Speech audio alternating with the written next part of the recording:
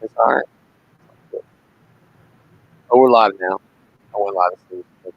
David said he could be here this week. No, his schedule was all screwed up last week because he took some vacation. That's why he was around. Sounds like your mic's cutting in and out. Oh, is it? Oh, man. That's Sorry, that's fine now. Oh, is it? Okay, good. You were coming in a little hot on the mic last week, too, but I think it's better. Hey, everybody. Welcome to Sunday night. A little uneventful week, really. Not really. A lot of good shit to talk about, but I don't know. I got a lot of good news. We'll talk about some TV. I know you watched some TV. You had to have watched at least a few episodes, but... Oh, Sandman? I actually haven't gotten around to it yet. Oh, dude! Okay, well, we'll talk a little bit about it. No spoilers, then. You can spoil it. It's fine. I recognize that I missed out. Book. You read the book. It's I feel like I know the skeleton of the story, at least. No. It's we'll talk about it. We'll talk about Netflix a little bit deeper into comics with some Darkhorse shit, and then lean into Mark Millar, the tragedy of Mark Millar. Talk about Valiant comics, maybe some trouble at Valiant. We are going to talk about those new Batman books. I know, I said we weren't. We're going to. And then that's making a liar out of yourself. Well, it wasn't a lot big news. Again, we're still in like the afterglow of San Diego Comic-Con. There's not a lot of news. Food news, taking us back to where we started. I will have a moment of destruction, and then top three. Solid week of comics this week. Yeah, pretty good stuff. Old reliable X books, especially. And I wouldn't have believed it, but my number a year ago. But my number one is crazy. But yeah, anything else, dude? Anything else you want to add?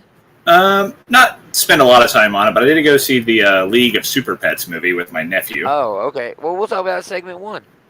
Yeah, sounds good. We got a huge segment one. Let's do it. Mm-hmm. Oh, man.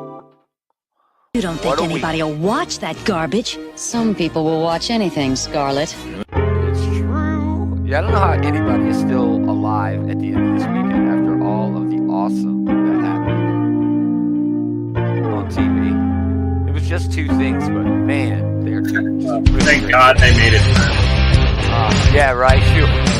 All this entertainment can be so overwhelming. Greetings, geeks. Welcome back to another episode of this Geek in Comics, our Geekeries, a comic book Shit Talk Show. Taylor Hour. David's out. What's got going on? But I wish he'd come back. Anyway, big show. Lots to talk about with comics. But as always, segment one. What did we do? What did we watch this week that's nerd related? Taylor went and saw the Super Pets movie. I did. Went to go see it with my nephew. Starring The Rock, the voice of The Rock. Yeah, Dwayne The Rock Johnson and Kevin Hart were the two main characters. That's right. It was pretty solid. It hits that nice sweet spot where it's good for the kids. My nephew really enjoyed it, but it also is entertaining for the adults. Like, there's a lot of, references to various things from the comics, and, there's, headline jokes and, background jokes for you to be looking for and things like that. It's not, going to blow your mind or anything, but it does what it needs to do to keep the parents entertained while they're taking their kids to go see it. Not every kids movie does that, and I appreciate it. That's true. Very good. I watched Prey on Hulu. One of the best movies of the year. Perfect action movie. The fight scenes, the monster, the effects, the fucking dog. I mean, there's a dog in it. He's just amazing. Or she's amazing. The dog is amazing. I did hear that the dog steals the show. I don't know about steals the show. Hey, Andy, thanks for stopping by. We really appreciate it. But yeah, the dog is great. I don't know about stealing the show. I mean, but yeah, I mean, I can't stop raving how great this was. It was just a really good Predator movie, and beyond that, a good movie. There's some whining about it, of course, with lore and. Man, who gives a shit about Predator lore? I mean, honestly. I'm okay with people caring about Predator lore. but let's not let that get in the way. I was about to ask like where this ranks in like the Predators movies, but I was also going to mention that the vast majority of Predators movies are garbage. Yes, most of them are. 1 and 2 are great. I have a special fondness for Alien versus Predator, which is the movie a lot of people are bringing up about how this is so out of the timeline and things like that. But again, my problem there is I don't think we know enough about Predator lore to fully understand what's going on. You know what I mean? They could always add to it. If any comics have taught me anything, you can always fix continuity, and the best way to do it is to just add more continuity. Wolverine. Wolverine sucked until he didn't. Honestly, he did. He was kind of one-dimensional, and they just added all these dimensions by retconning him over and over again. Well, yeah, the original plan was like he was like an evolved actual Wolverine, right? Yeah, that's dumb. Shit. Yeah, that's dumb, dude. That's dumb. Never too late to reinvent yourself. Yeah, so yeah, just really a cool movie, dude. Listen to the Bullies later tonight, the comic book Bullies, right here on this Facebook page, or go to outrightgeekery.com to get links. They are going to go, I'm sure, way in depth about this. But I guess I will ask that question I was going to ask then. Where do you rank it in terms of like the Predator movies then? I would say it's an easy number 2, but man, the reason it isn't going to make number 1 is because there's a lot of homages there to the first movie. In just some character moments and things like that it's hard to, not say that the first Predator movie is not the best, because this movie is also kind of saying that the first Predator movie is still the best. And it is. It's fucking brilliant. It stands up to this day, as just a cool fucking monster movie, really. So yeah, I'm hoping they do another one. They definitely left it open, so but yeah, nobody should be whining about this movie unless you really just want to be upset. And why would you want to do that to yourself? You know what I mean? Don't do that. Yeah, I'm not saying turn your mind off and enjoy it, but maybe turn it down a couple notches and just don't lean so hard into it. Anyway, Sandman, a show just as beautiful as the comic in just about every way. Pretty close adaptation as far as adaptations go. Taylor, I consider to be a connoisseur of Neil Gaiman's Sandman.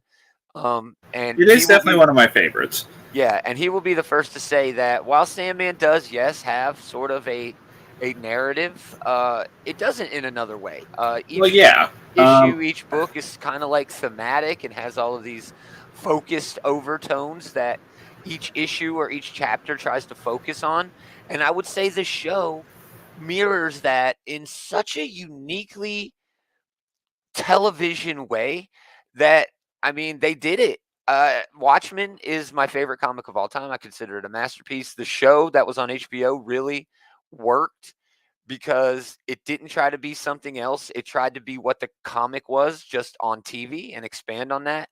I think this does that in the same way, and I'm really excited for you to watch it, dude. I am looking forward to it. I honestly forgot that it was even coming out this week. Yeah, a lot of people did, dude. We're getting into the end of summer lull. You know what I mean? And yeah. It's filling in a lot of lull. Everybody's going to be talking about this. One thing that I will say looked kind of interesting in the trailer, and you can go ahead and spoil this for me if you want. They were like previewing like it's going to be this big epic confrontation between Morpheus and the Corinthian. When in the comics, it's the exact opposite of that. He just shows up and like Corinthian's like, "We do battle now, Lord Dream," and he's like, "No, we're not," and he just snaps his fingers and kills him. Yeah, I haven't finished it, but okay. The Corinthian has been really great in it. Everybody's been great in it. I'm not going into any details because I really think that you're going to come away from this being like, all right, yeah, they did it. I couldn't. You've always said that, man. It's going to be so hard to adapt Sandman. It's going to be very difficult for them to capture that same sort of air, that Sandman's got. But I really think they did it as best they can anyway. So, well, I'll definitely have to get caught up on that as soon as I can. Yeah. I think I'm up to episode 7. I'll probably finish it this week, though. So looks like they're adapting the opening volume, and then I think a Game of You. No, wait, that's not a Game of You. The one with Fiddler's Green and the Corinthian and everything. Yeah, and I think I think that's what they're doing too. They're kind of moving around, just to make it better for a television narrative. Yeah. But I really think it's good. Yeah, hey, what's happening? What's happening? Thanks for stopping by, Chamzo. Yeah, like you were saying though, Sandman is loosely about the imprisonment and ultimate downfall of Morpheus, the King of Dreams, but that's not what makes it great. What makes it great is the way it kind of breaks down tropes and talks about storytelling in a very cerebral way. Yeah. And some of the best issues of it are the ones where they're just having nothing to do with anything plot related. Yeah, it's just hanging out, talking about what gaming wanted to talk about that particular issue, and this kind of feels like the same way. Yep, talking shit and talking comics. That's what we got going on. Speaking of which, let's do it. We got some good ones. Sandman is on Netflix, so we're going to lean right into Netflix. There are more Netflix comic adaptations on the way from Darkhorse. They have extended their partnership. Netflix and comic book publisher Darkhorse Entertainment have extended their partnership with a multi-year agreement. Now, of course, this is coming off of the heels of Umbrella Academy Season 3, which was a huge, huge deal. I preferred Season 2 a lot more. But the new arrangement is going to be just a lot more projects. Bang is coming. It's a stylish spy thriller was written by Matt Kent and Zach Olkowitz. When terrorist cult sets out to start the apocalypse with a series of novels meant to brainwash their readers, the world's most celebrated spy is sent to track down and kill the author responsible. They're also going to do Mind Management, which has already been talked about. That's a really fun project. Revenge Inc. is coming. Lady Killer has already been announced with Blake Lively attached, which is really cool. They're going to do The Goon. Tennessee Boy Done Good with The Goon. Oh, yeah. I remember years and years ago they were talking about doing a Goon movie, and that just... Yeah, I first heard animated series, and I heard it was really gonna take off. The animated series, I heard so much. Well, they had Paul Giamatti attached to it. They even released a footage proof of concept trailer, but it just never went anywhere. So, is this the sort of Frankenstein version of that project then, or what? I'm not sure. Either way, though, I think The Goon would definitely lend itself to a TV show a lot better than a movie. Yeah, for sure. But yeah, definitely. A lot of the comic itself is usually pretty episodic. They do a lot of things where they advance an overall arc, but a lot of the time it's just the Goon getting into some random bullshit, Yeah, some random kicking some ass. I think it actually works better animated. Just here's our 45-minute animated. Oh yeah, all the characters are very, very non-anatomically correct, Yes, dude, they're very stylized, and that's half the fun with Goon is that. Yeah. So, we'll see how that goes. But this is the real interesting part, right? Years ago now, Mark Millar sold all of his shit to Netflix to do new stuff. We hadn't seen shit. We hadn't seen nothing. Yeah, I remember a few years ago, that's all we would be talking about, right? Was here's another movie script that Mark Millar wrote. But yeah, for the most part, this stuff hasn't really come together, except for Jupiter Rising. Was it Jupiter's? Not Jupiter's Legacy, that's right. Yeah, Jupiter Rising was some shitty movie from 20 years ago. Yeah. and that got one season, and then it was canceled. So Millar is back with a couple of new projects. Nemesis Reloaded, he's revisiting his bad Batman character, but he's bringing Jorge Jimenez with him, which is very, very nice. A Batman, artist, one of the best, at least in recent years in his own right. So good for him. And then along with Nemesis, Miller World and Netflix have also announced a brand new comic series titled Big Game, which Millar is going to create with X-Men artist Pepe Larraz, which I'm very much looking forward to.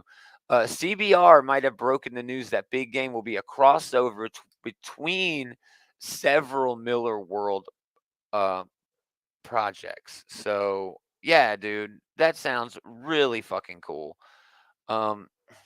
Millar's got some good shit. American Jesus is fucking awesome. He's also got what's on Huck with his weird Superman, his Forrest Gump meets Superman. I loved that. All these things are right for adaptation on Netflix. I don't know why Netflix isn't jumping at the chance to do that. Everybody forgets Mark Millar also wrote Marvel Civil War. Okay, Yeah, that was how he got introduced to such a wide audience in the first place, I think. He also wrote Old Man Logan. He did also write Old Man Logan. That was the one I was about to mention. This dude's got chops, man. This dude can write shit that really is adaptable on the screen, if that's even a word, adaptable. About 10 years ago, they were adapting his stuff. They were adapting his stuff left and right, 10 years ago between Kick-Ass and... What was the assassin one? Wanted? The one where they were bending bullets and shit. Yeah. Wanted. Yeah. Yeah. So, yeah, and those are great. I still like both of those. I dig Wanted a whole lot. I fucking love that shit. It's crazy, dumb, stupid action, And, yeah, True Old Man Logan is fucking amazing. It is. The comic is so much different than the movie, but the movie still pulls a whole lot from there, and it wouldn't have happened without it. Got the tone of the comic the movie did, but, the comic was basically Unforgiven. Oh, for sure.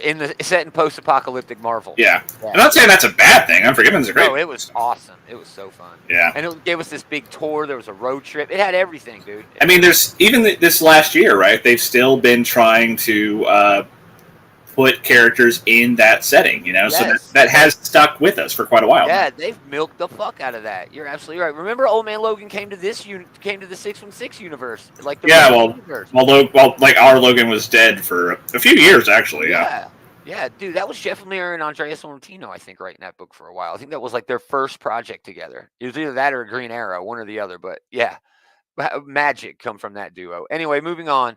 Valiant, not to let Oni Press have all the news. Oni did have actually more layoffs announced this week, but we'll talk about that later. Not today, but at another time. But Bleeding Cool is reporting that a couple of big moves at Valiant that seem bad, but may end up being good.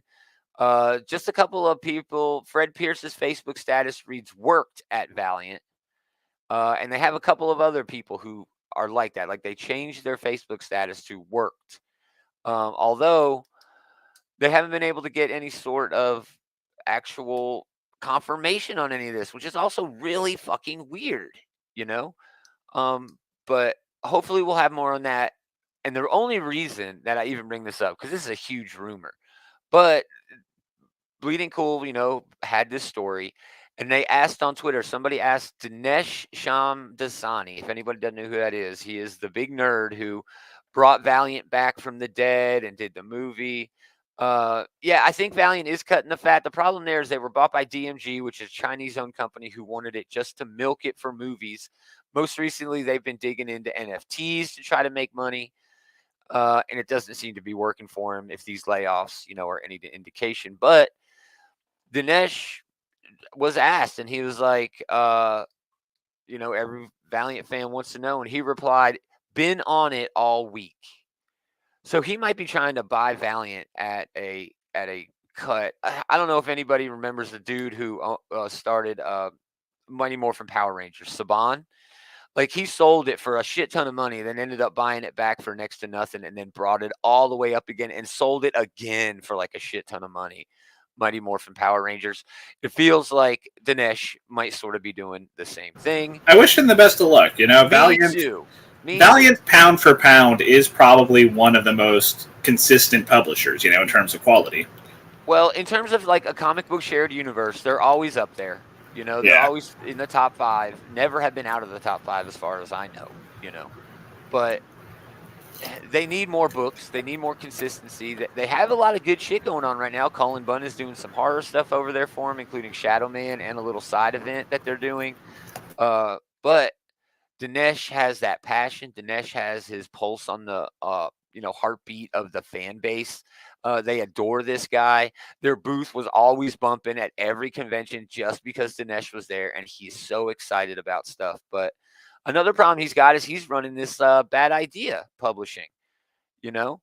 I don't know. I'm sure that actually helps him a little bit because Bad Idea isn't really all that big. They do 4 or 5 books like a quarter. So I don't know.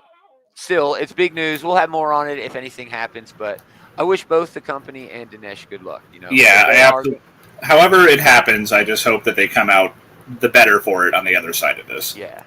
All right, we said we were going to talk about there have been 4 new Batman books announced, 3 series, and then that Batman Inc. book that we already knew was coming. Gotham City Year 1, Tom King, Phil Hester with Eric Gopster.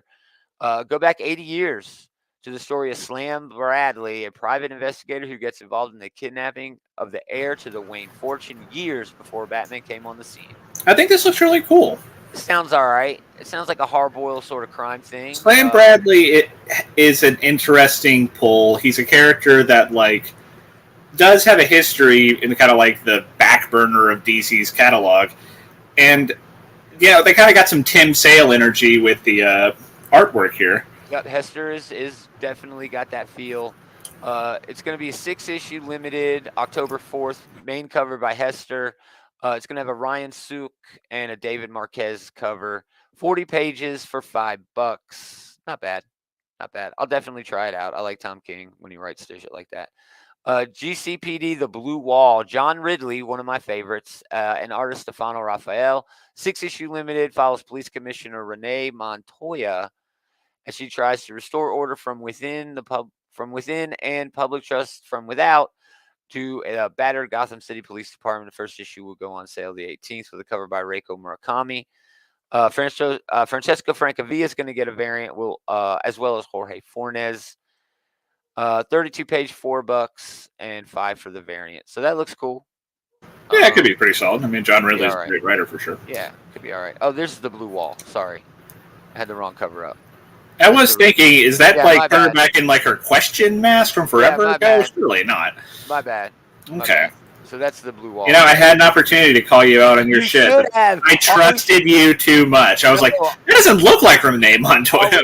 Always trust your instincts. She used to be the question, and I was wondering, is that her wearing that? That doesn't sound like the description. I don't think that's what's happening. Yeah. The third book, Gotham Knights, Gilded City, Evan Narcisse and Abel is the artist. It's a prequel to the Gotham Knights video game. That's really all you need to know. $5 for 32 pages. Greg Capullo is going to do a cover. That'll be cool. This will be cool just for the covers, because it's all based on that video game. I mean, normally, years ago, I would not have even given a second thought to a comic that's just tying in with a TV show or a video game or something. But when Tom fucking Taylor comes along and writes a comic adaptation of those Injustice games, and now it's I should at least give this a look over before I just decide on that. You are not wrong, dude. Yeah, you are not wrong. It might be a good pickup, especially if you can find a variant. It might be worth just to have in the collection. And finally, Batman Inc. We knew it was coming. One of my favorite Batman creations of the past. I don't know, even in the modern age, dude. I just love the idea of Batman being all international. Yeah, I love exclusive. I the love Batman that Incorporated idea from Grant Morrison's run. I'm glad to see that someone has picked that up and run with it, because that was kind of shelved for a really long time. It's kind of cool to see these more obscure characters getting put back into the rotation here. And not just Ghostmaker. Batman Incorporated, you're right.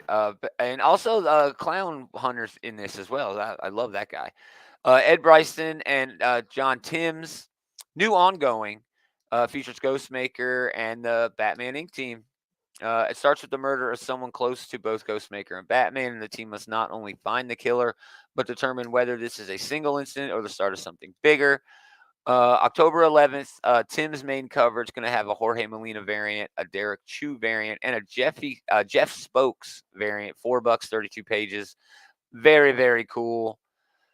Man, that makes 8 ongoing Batman books. Or it does. Not even ongoing, just minis or ongoings. There's a lot, dude. I think that Gotham City book is probably the top of my list of those 4, but all of these are things I will at least consider. Yeah, that looks pretty good too. Yeah. I don't know. I'll try all of them, but that video game one, I just don't give a shit about the story there. I might collect the first issue, just to have it if I can get it. I'm going to wait to see if I can hear any sort of reaction to that one before going for it, but I'll probably get Blue Wall and City Year Zero, whatever. Are you interested in that game at all? I mean, that's no. Well, I mean, I'm interested. It hasn't really been on my radar. I might check it out when it comes out. It's going to be delayed. I've heard it's already delayed, but I am very anxious to see it. So, yeah. Actually, here's another one of those Batman books. Oh, I guess I already showed that one.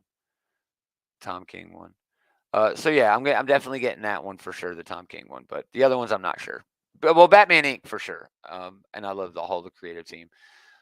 Last bit of news, 3 Worlds, 3 Moons will be printed. John Hickman, his collaborators of his Substack project. That's weird. Hundreds and thousands of years of history that him and his buddies are creating. yeah, so we'll see what happens. It hasn't been picked up yet, but he is hoping that it's going to be picked up. They're shopping it to comic book and regular comic, book publishers to see what deal is going to work best for them.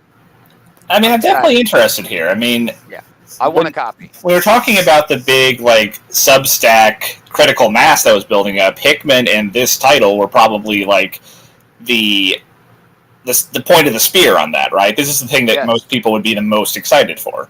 Yeah, for sure. And that's not to say that Donny Cates' projects on there aren't cool.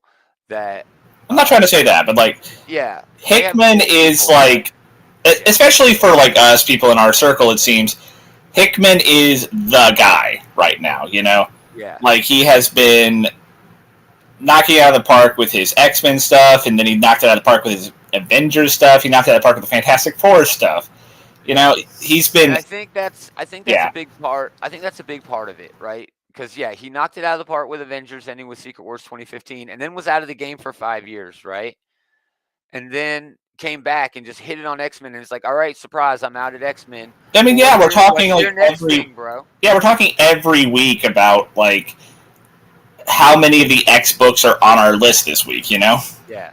Hey Frank, thanks for stopping by. No, it's not Fiona Staples. That's what's his name? Mike Del Mundo. Mike Del Mundo with Mike Huddleston. He also has editor Steve Wacker working with him. So I mean, this dude, he's built himself a little empire going on. Over at Substack, and he's definitely got shit going in the right direction. But I mean, you look at everybody else who's having success with Substack. Tynion went from writing Batman to BAM going into there. All of these folks had big success at the big two, and then were able to do their Substack. So I think it sucks that that's kind of still the way you have to get in to be in the most popular houses. But I don't see that changing. I mean, that's just the nature of not just comics, but like any medium, right? Like you're going to inherently get more exposure when you're working for the biggest names in that field. Right. And with that said, I don't see Substack bringing anybody to the top. You know what I mean? Nobody's going to be able to use Substack. It seems more like a landing pad for comic writers who have already made their name, unless a vehicle for making your name. Yeah. Exactly, dude. Exactly.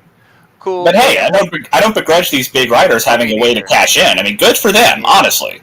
Yeah, they're making money every month on the month without having to sell anything. Just to write a fucking newsletter every few days. It's perfect. Release some pages, show some process videos or something. Yeah, I mean, living the dream, honestly. Yeah, for sure. Literally, for like 2 weeks, there was nothing on anybody's shit but, hey, I'm going to San Diego Comic-Con, I'm going to Comic. So really, promoting themselves is also content for their Substack, which, whatever. Let's do food. Yummy. This is why we started Food News, is this story right here, and it's back. The Mexican pizza will be back permanently on September 15th. If you'll remember, a couple of years ago, they got rid of it because it was causing too much waste. Well, I guess they fixed that problem. Not really. I hope so. I hope it's not just them, but, I get that they're running a business and this is a popular food item, but yeah. I hope they did actually fix it. But yeah, people are losing their shit over the Mexican pizza being back. Man, there's a rumor that one location in California sold 1,000 Mexican pizzas in a single day. Cheapers. In a single day. So yeah, they ran out of shit. Yeah. Yeah, we do food news. Yeah, we do food news every week, man. They're usually disgusting, but this one is actually not so bad by our standards. Well, no, Mexican pizzas are still disgusting. They are on the lower ring of the food chain. They're gross, but man, I love them so much. They're so delicious. I mean, it is from Taco Bell. It was always going to be gross. Exactly. Let's do a quick moment of distraction. This one's a little weird. No action figures this week, no comics really. It's more about news from James Roberts, who is the writer who did More Than Meets the Eye, my favorite Transformers series of all time. But he is going to be publishing in 2 volumes his notebook that he kept while writing More Than Meets the Eye. And it's sort of like all the notes and the panels, layouts, and some breakdowns and stuff like that. Yeah, so this is kind of like a behind-the-scenes feature on like a DVD, I guess. Yeah, dude, look. He's including like this sort of shit, and notes that he wrote on receipts. You know what I mean? Just having an idea and be like, oh, I got to write that down. Just really interesting look into the mind of a creator of a fucking story that I still go back to. You know, I still find myself going back to that run all the time. If I'm just sitting around not having shit to do, or sometimes when I'm in a bad mood, I'll just pull up a couple of my favorite issues of that. And yeah, I need a grumpy character. Gears ? I mean, dude, that's just so dumb and stupid. And I love it. I cannot fucking wait to get my hands on that. So yeah, usually no moment of destruction, but I had to do that one. So awesome, man. It's been a quick show. Top 3. We're here. News this week was light. But comics were good. A lot of good books. I'll go first. Again, there were a few great ones, but a whole lot of good ones. I could throw out an honorable mention for a whole lot of different books, but I'm going to give a shout out. Well, we got plenty of time. Might as well just like spin them off. I didn't even jot a lot of them down. Like Scumbag was dope. Shazam was pretty fun. The Spider-Verse book was surprisingly interesting. What else was on my list, man? I don't think I grabbed anything else. Oh, the Demon War book was pretty fun. Yeah, dude, a lot of good books, but my honorable mention, Twig, number 4, Scotty Young, Kyle Strahm. It's an all-ages fantasy adventure comic with quirky, fun protagonist. You know, he's on this impossible mission through this fantasy world with amazing, lovable cast of characters.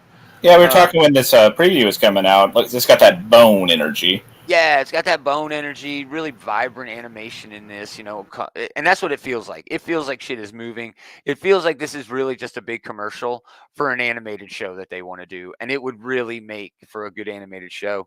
There's only one issue of that left, so I did want to, you know, let everybody know. But I really think we're going to have a lot of crossover. My number 3, X-Men Red, number 5. This is my number 1 this week. Al Ewing, Stefano Caselli. Fantastic issue. We literally get to see what we saw a brief moment of in the Axe number 1. I love the way that we got the order here, right? Like, I loved how, like, in Judgment itself, we see that Urano shows up, and then we just see the aftermath. Like, he has wrecked shit. We don't see any of what he actually does. But then I also did really love them taking us into here, and which this is the perfect place to do it, of course, because this is the Mars book, and that was him wrecking Mars. And exactly. So, yeah, this whole fight, not just with the Great Ring here, but with like all of Mars, and like little tidbits, right? Like we see my favorite new character, Fisher King, like he's like, oh shit, am I going to have to fuck a bitch, you know? Yeah, and I'm anxious to see him do it. We knew it was leading up. Whenever anybody says they're a pacifist in a book where fighty fight is the main thing, you know they're going to fight. But classic Iska.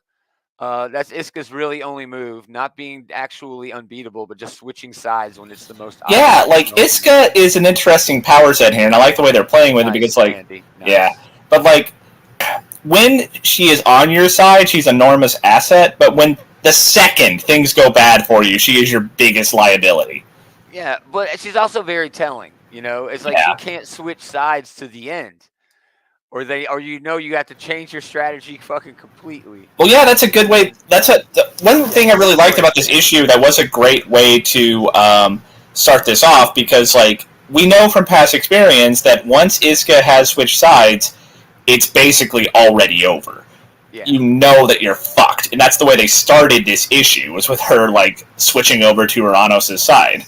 Yeah, it was also fun, like the countdown starting at like 1 minute, and it's like, wow, you know, he really was able to build up where he was going very early, and still use as many pages as he wanted to do it, but it made everything really exciting, even though actually it was kind of drawn out that first minute, but the way it counted down was really cool. Yeah, in several different ways, we knew all along exactly what was going to happen in this issue, but it was still really cool to see the blow by blow. It's really cool to see everybody like step up just to get smacked down. It really sells Uranos as like this huge threat. Oh, big jobber moment. Yeah, big jobber moment here. You know, he's the guy now. You know, he's the one. I don't know how the hell this works, Locutus or whatever. I don't know, but I think it is pretty. I like how it was this instead of what you were saying. Right. Oh yeah, they were just maybe he does still have like a backup like somewhere where he can get resurrected again, but I love this is such an awesome fucking moment. He's somehow keeping his chest from like imploding and like, but he's missing his goddamn heart. Right. This was a really cool stinger to end on. Yeah, well, and then there's a lot of other shit going on here, right? So, I mean, Magneto is pissed. He's not even really Magneto now. He's Lacuta or whatever, Lacuna Coil. I don't even know. Anyway, so he's going to go all Magneto on Earth. And that's just going to up the ante, and that's how the Avengers are going to get in. So the story is escalating, and that's really cool. That is very fun. You can see the story escalating as each of these tie-in issues go on, and that is very fun. But it also changes the politics now, because how many are dead on Arakko? Uranus killed millions of people, is what I'm saying here. Hundreds of thousands, lots of people. So are they going to be resurrected? Are they going to be moved to Krakoa? Is Mars now, the Project Mars, is that now over? Is Orcus now take that over? What? You know what I mean? It really opens up a lot of questions. Getting out like this under the rug. Yeah, like getting like this could be a good opportunity for them to really tell some cool stories here. Like getting out like the corkboard and strings here.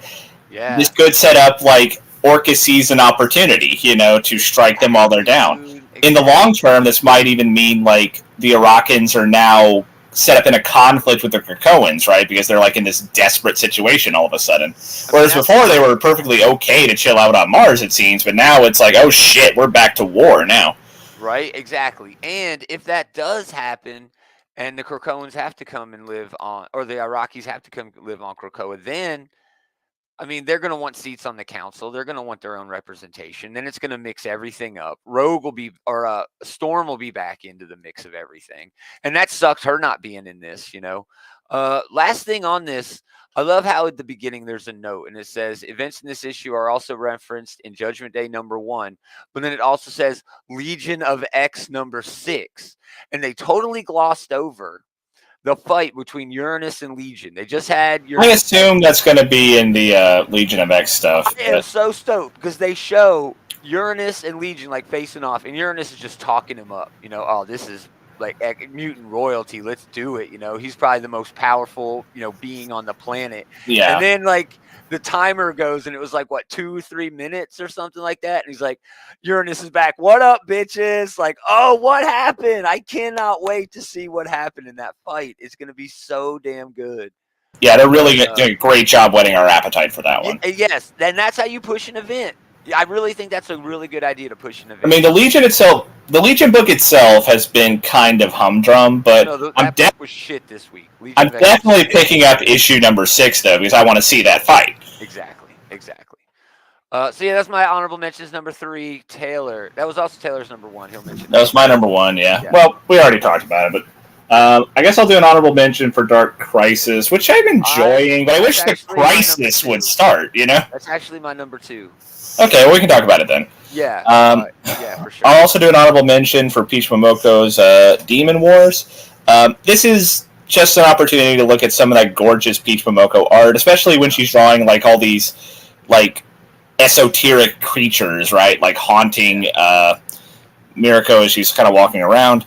It is kind of cool to see her different takes on the different Marvel characters. Like Captain America Oni there was not in this issue, but the Iron Man one was. That was cool to see. Yeah, and I love that too. Everything is still inherently rooted in Marvel, but also has one foot in like her culture, and it really comes out in this great way.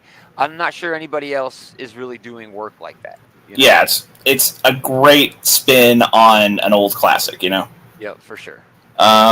So one last honorable mention for the Batman book this week, number 126. Well, I'm going to talk about that book too. Okay, I'll leave that to you then. But number 3 this week is Immortal X-Men, number 5. Good choice. This was basically the Exodus issue. Yeah, Exodus, this is your life. Yeah.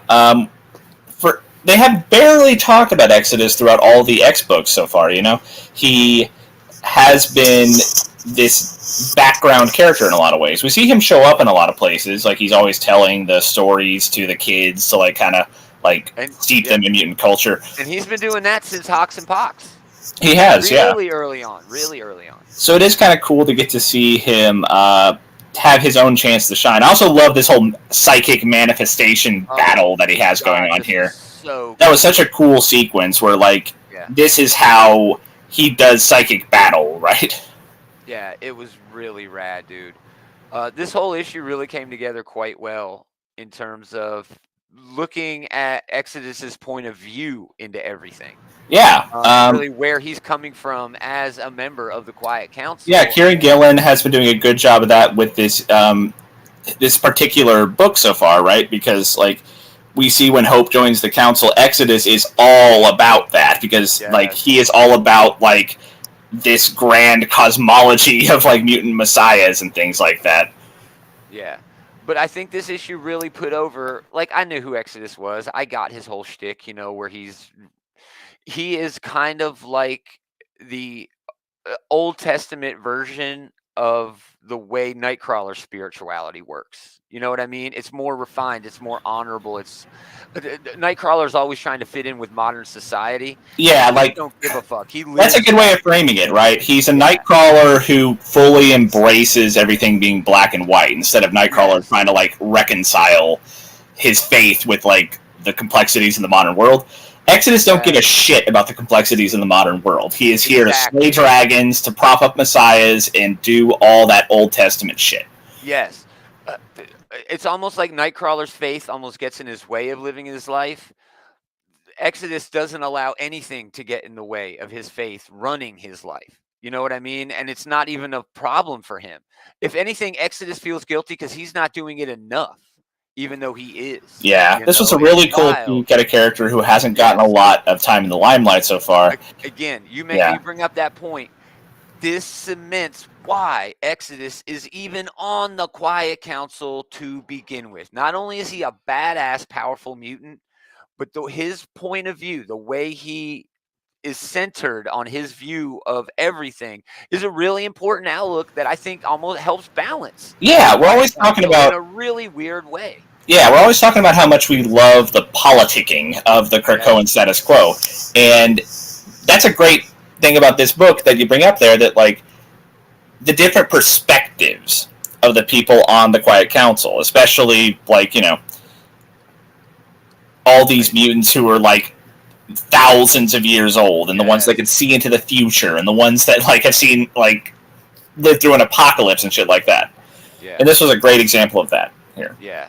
So, yeah, great issue. Loved it. If it wasn't for the DC books I'm about to talk about, it probably would have made my list. But my number 2 this week is Dark Crisis number 3.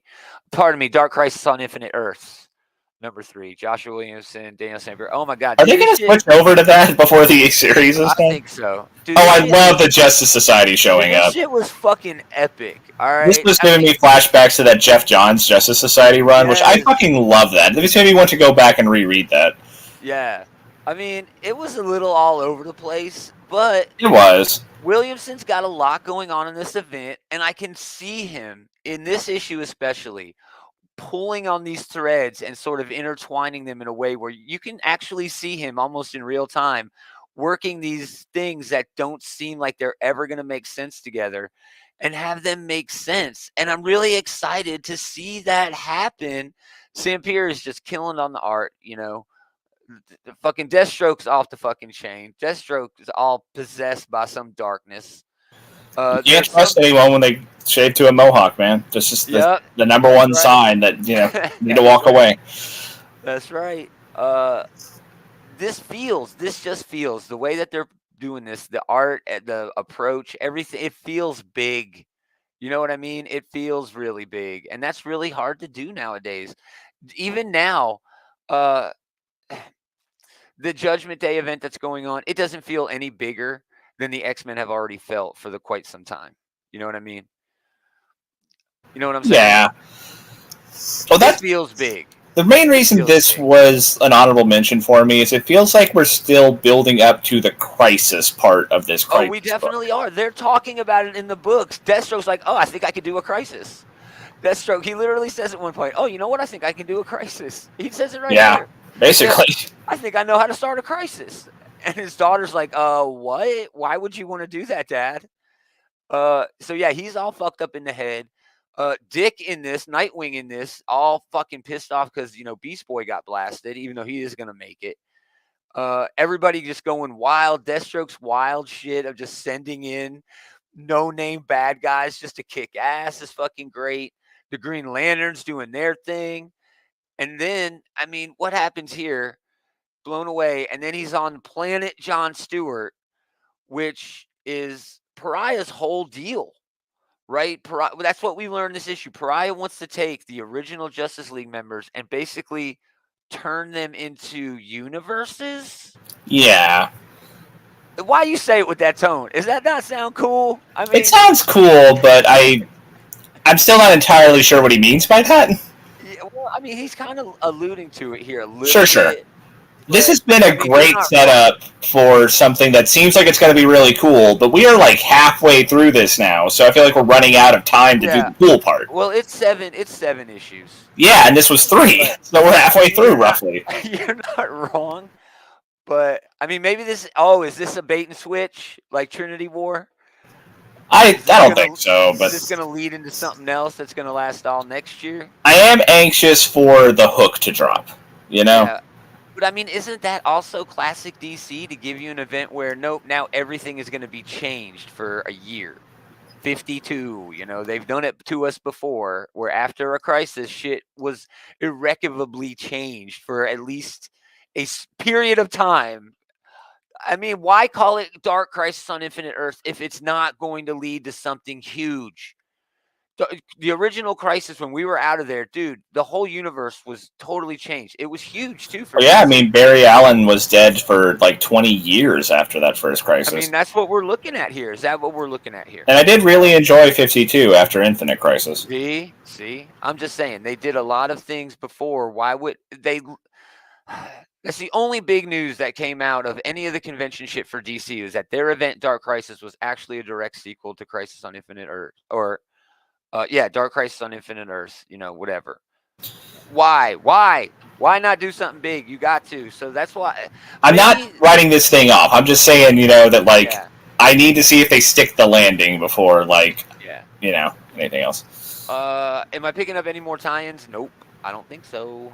Nah. They even mentioned, that Young Justice tie-in, but I'm not going to read that. They mentioned it in here. Oh, the Young Justice is missing. And they're all standing around. Oh, did you hear Young Justice missing? They're like, oh, yeah, those teenagers? Wow. I bet they're having some exciting adventures, I'll find Young Justice, guys. What are you guys doing? But, yeah, Dark Crisis number 3. I'm loving the events right now going on at the Big 2. So bring it on. Bring it on. Taylor. All right, so my number 2 was that one of your... quick mentions there. It's the new Champion of Shazam, number 1. Nice. I chose the Middleton cover. Well, you can't go wrong. All the covers are really good. I've got just the plain Jane Doc Shaner cover, but the main reason this makes my number 2 is that Doc Shaner art. I mean, it's a really good fit for the character. It's also just, objectively gorgeous artwork. But I think they did a really great job with the setup in this issue, we get to see Mary, off living her life. I actually had been tuned out of the Shazam family antics for a while, so I didn't even know all this stuff about, Billy going missing and stuff. But, yeah. I think that they did a good job, kind of injecting us into... She's going through, a big milestone in her life, She is going off to college, trying to be a new person, invent her new self. But then, this fucking magic rabbit is trying to draw her back into her old life just as it's getting started with the new life. And so I think that's a really clever way to tell this kind of coming of age story and about being pulled in different directions. And we got some, there's one fight scene in here, and this guy she was fighting had no chance against her, but it's still weird arms. Yeah. It's still made for a really cool action sequence. And again, the artwork in here from cover to cover is just great shit. Yeah, 100% on the art. Doc Shaner is one of the best. He's amazing. I loved everything about the art. The story was a little bit too, I don't want to say trope because the world runs off tropes, but it's I've seen every book has tropes. It's I've seen this movie 1,000 times. Girl goes off to college and has to grow up. It's like fish out of water, kind of, but girl I'm girl meets rabbit. I'm just saying. I'm not going to dispute that. That is definitely like a very tropey setup, but execution is always most important, right? I feel like they executed it pretty well here. For sure. I think so too. I was a little let down by there only being one fight, but I did get it. It also felt like it really wasn't written towards me, and that's not a bash on the book at all either. It doesn't matter. I can still say it was good art and it was good writing, and it was. It was a fantastic book. Just a book that's not really for me. I was also really surprised that with the Shazam movie, just getting another trailer, just coming in, it's later this year. Where is our current Shazam book? I mean, are they really going to push Mary Marvel in the Shazam movie this much? I mean, I know they are, but that is interesting. But because this book will definitely fly with a young adult. Man, we didn't even talk about it, but like, who the fuck knows what Warner Brothers is trying to do at this point? I mean, I don't know why anyone would expect anything less from a company that locked the Warner Brothers and their sister Dot in a water tower for decades. I saw that. That was pretty funny. Yeah, fucking hilarious. So that was your number 2. Good choice. I really enjoyed it as well. So yeah, I guess it's number 1. If you'd asked me a year ago, I'd have never thought I'd say it. Batman number 126 by Chip Zdarsky and Jorge Jimenez. There's a backup story with Catwoman in there by Belen Ortega. Not really my cup of tea, but finally, Batman is back. I like my Batman when he's getting his ass kicked. I like my Batman when his little kid friends are getting their asses kicked because of Batman. I love it when Batman does something that blows up in his fucking face. That is the best Batman for me. And all of this is exactly what happened in this book. And it was all spotlighted with this great art, kinetic, just moving throughout the pages. And yeah, then we get the Batman of Sur that was a deep pull that they're making. Dude, that's like so many people have done that. Morrison. I saw Morrison do it, but Morrison always pulls the most obscure shit you can find. Yeah. So I don't know if you know who this Batman is. It was rumored that it was like an alien scientist, but later it was revealed that it was actually a violent alter personality of Bruce Wayne. I don't know if this was the original take, but I remember Morrison's take on the character is that this is like a entirely separate persona that Bruce Wayne kind of like programmed into his own subconscious. Good night, Andy. Yeah, good night, bro. Have a good night, dude. Thanks for stopping by as always, man. Which apparently he needs to take over here now because, like, he recognizes that this Batbot here just completely has his number. Oh, dude, yeah. I love watching Batman get his ass kicked, and he just does so much, and it's so great. And then he's worried about his friends, and then they get their asses kicked, and then he pulls out this. And at the end, I'm like a little snicker, like, okay. But then I got to look, and I was like, man, that is the most fun I have had with a Batman book in forever. And honestly, Batman been hard for too long. He can still be hard and be fun. He ain't been fun in forever. Dude. Yeah, I mean, some of the classic Batman stories, like, there's like this swashbuckling air to him, the old like Denny O'Neil, Neil Adams stuff. Yeah, man. But yeah, I also like the character work they're doing here, where like this is a Batman who has retreated into, just I don't need anyone. Get out of my way. You're only holding me. When but we understand, right? I'm Batman. Well, yeah, but we understand that this is because he's just at his most scared and vulnerable at the moment, right? Alfred's dead. Damian apparently has fucked off. And yeah, he's just scared to death of losing any more of his child soldiers. Yeah. Which incidentally, he got up immediately, so that's really nothing that amounted from that last issue. Well, if you got healthcare, Gotham is a great city for that. Evidently, yeah. I mean, Batman came back from a broken back, and who knows how many times all the Bat family has been shot up. People always see that. Oh man, if you got paid this much, would you move to Gotham? I'm like, well, yeah, man, Gotham got great health insurance. Gotham got great hospitals. Obviously, they putting everybody together. Anyway, yeah, dude, I had so much fun with this book, and I'm so happy that Batman is fun again. The first issue Chip did, 125, was more of like a lean-in issue for him. He's kind of getting his bearings, giving the audience bearings as they came in. But this issue, yeah, from start to finish, just knock your fucking socks off, just action, and Batman just being big, fun, and dumb, and I love it. I love it. All right, Taylor. Oh, your number one was... Yeah, number one we already said. Yeah, it was X-Men Red, number 5. Fantastic issue. It was really just one big fight, but it was a hell of a one big fight, you know? Yeah. They did a great job establishing why Uranus in particular, and the Eternals more generally, are indeed a pretty daunting opponent here. Yeah, this whole thing, I heard, what's his name from the WWE, you know, the announcer, Uranus is, it's Uranus with the steel chair. Oh, it's Uranus. Like coming down from the top rope and all this other shit. Literally, Cable shot him for 3 minutes with a gun, and Uranus just stood there and like laughed about it. And you know, it was like that tickled, like a gun that was banned by the Galactic something or other.